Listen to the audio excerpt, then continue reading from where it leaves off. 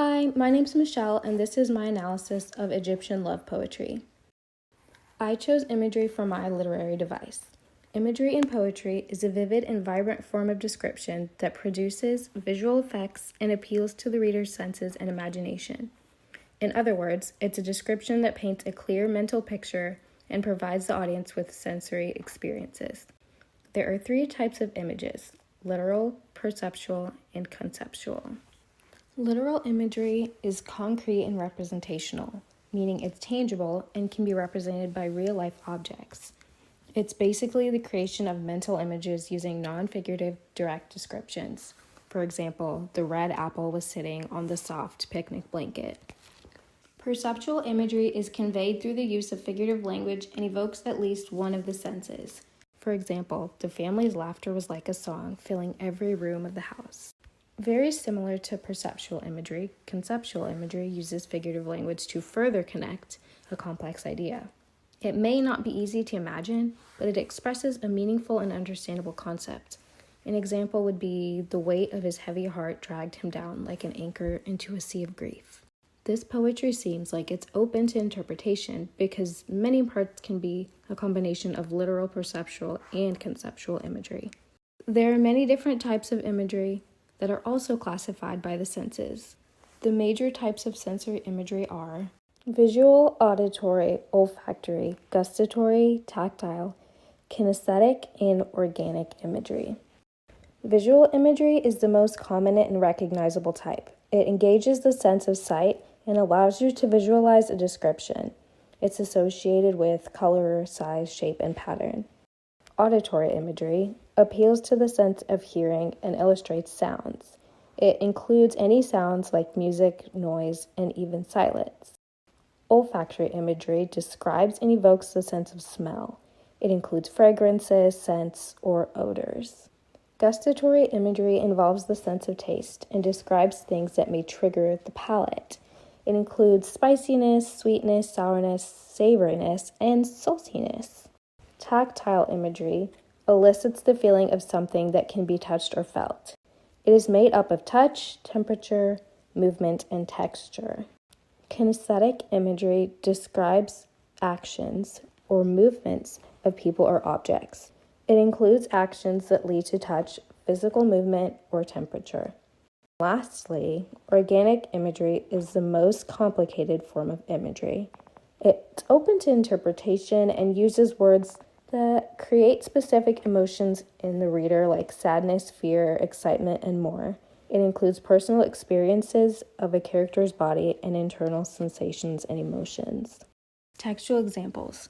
Your love has penetrated all within me, like honey plunged into water, like an odor which penetrates spices, as when one mixes juice in. This piece of poetry can be classified as perceptual and even conceptual imagery because it uses figurative language, specifically similes, to describe the complex idea of the nature of an all-encompassing love. It engages visual and olfactory imagery as you can mentally picture honey dissolving into water until it can't be seen or separated, and you can imagine the scent spreading through different spices. I interpret this as organic imagery because it describes the speaker's internal emotions and can cause the readers to feel something similar too. I think it symbolizes the way love reaches the deepest parts of a person. Nevertheless, you run to seek your sister, like the steed upon the battlefield, as the warrior rolls along the spokes of his wheels. These lines are perceptual imagery because it uses similes to create the mental picture of a person rushing to meet their loved one. They compare their journey to a warrior riding in the horse-drawn chariot on the battlefield. This illustrates their urgency and determination to get to their destination despite the challenges. It engages the sense of sight because you can clearly imagine the scene. It also employs kinesthetic imagery because it emphasizes the sense of action and movement to the person, the horse, and the chariot. For heaven makes your love like the advance of flames in straw, and its longing like the downward swoop of a hawk. I think these lines are perceptual, as it uses a simile to compare the person's love to an intense, all-consuming fire. The poet also compares their love to the swoop of a hawk, emphasizing how longing is directly focused on them, like a bird to prey.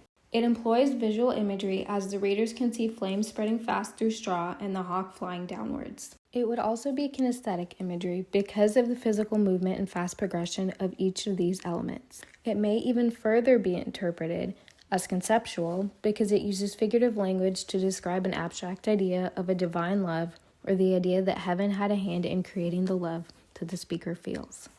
The mouth of my sister is a rosebud, her breast is a perfume, her arm is a bow, which offers a delusive seat. Her forehead is a snare of merry wood. These lines are perceptual imagery because they go beyond literal descriptions and use metaphors to compare the person's beautiful qualities to natural elements. It engages the senses of sight and smell to give the audience sensory experiences and further describe how attractive and captivating they are. The voice of the wild goose cries, where she has seized their bait, but your love holds me back. I am unable to liberate her. These lines are a mix of literal and conceptual imagery. It really emphasizes auditory and visual imagery to paint a mental image and sound of a captured goose. It utilizes conceptual imagery because it personifies love, comparing a captured animal to the strength of this person's love, how it has caught the speaker, and how they cannot untangle themselves from it. It might be hard to imagine love physically holding someone back, but the idea behind it is understandable. You have changed me by your love. Thus I say in my heart, in my soul, at my prayers, I lack my commander tonight. I am as one dwelling in a tomb.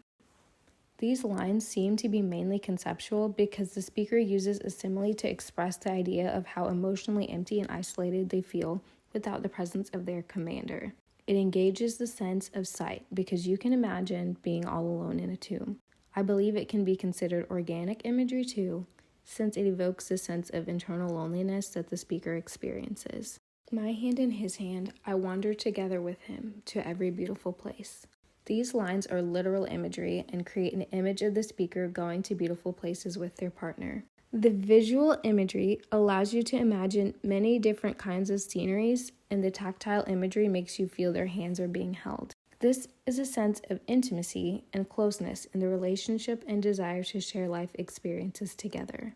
Lovely is the water conduit in it, which your hand has dug, while the north wind cooled us, a beautiful place to wander.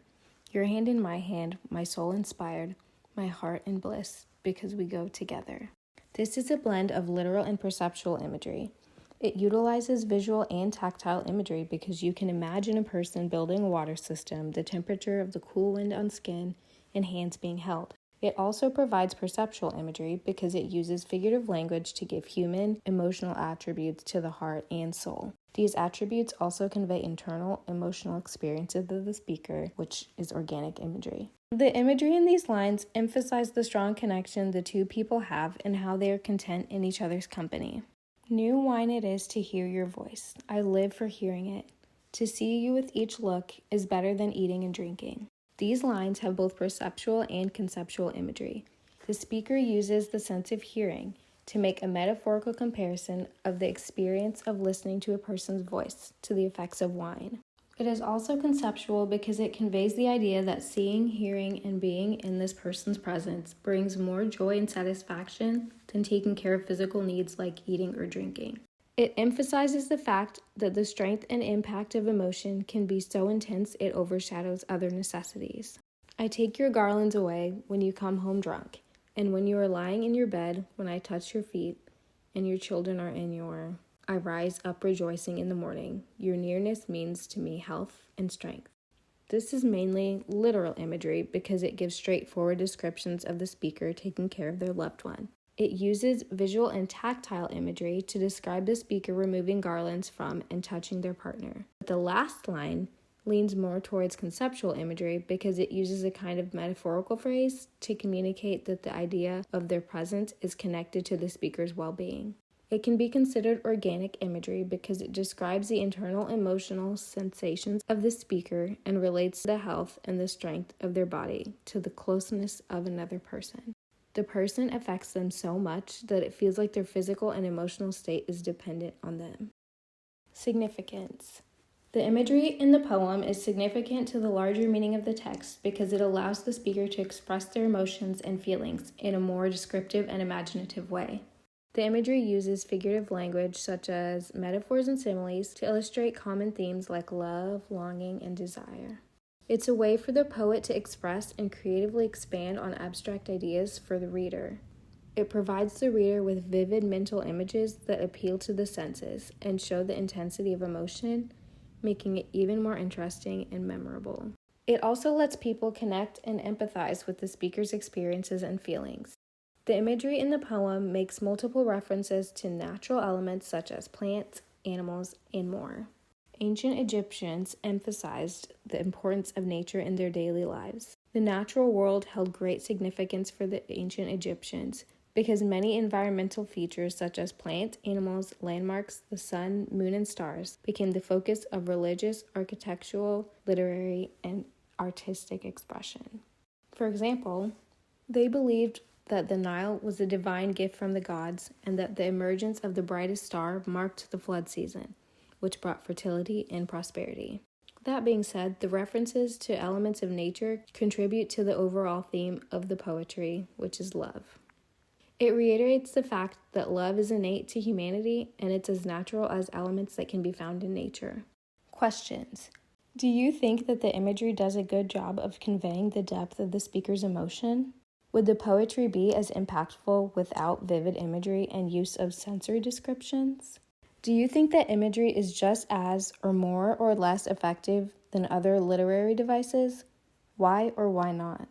In your opinion, do you think that this poetry transcends time and reflects relatable modern themes?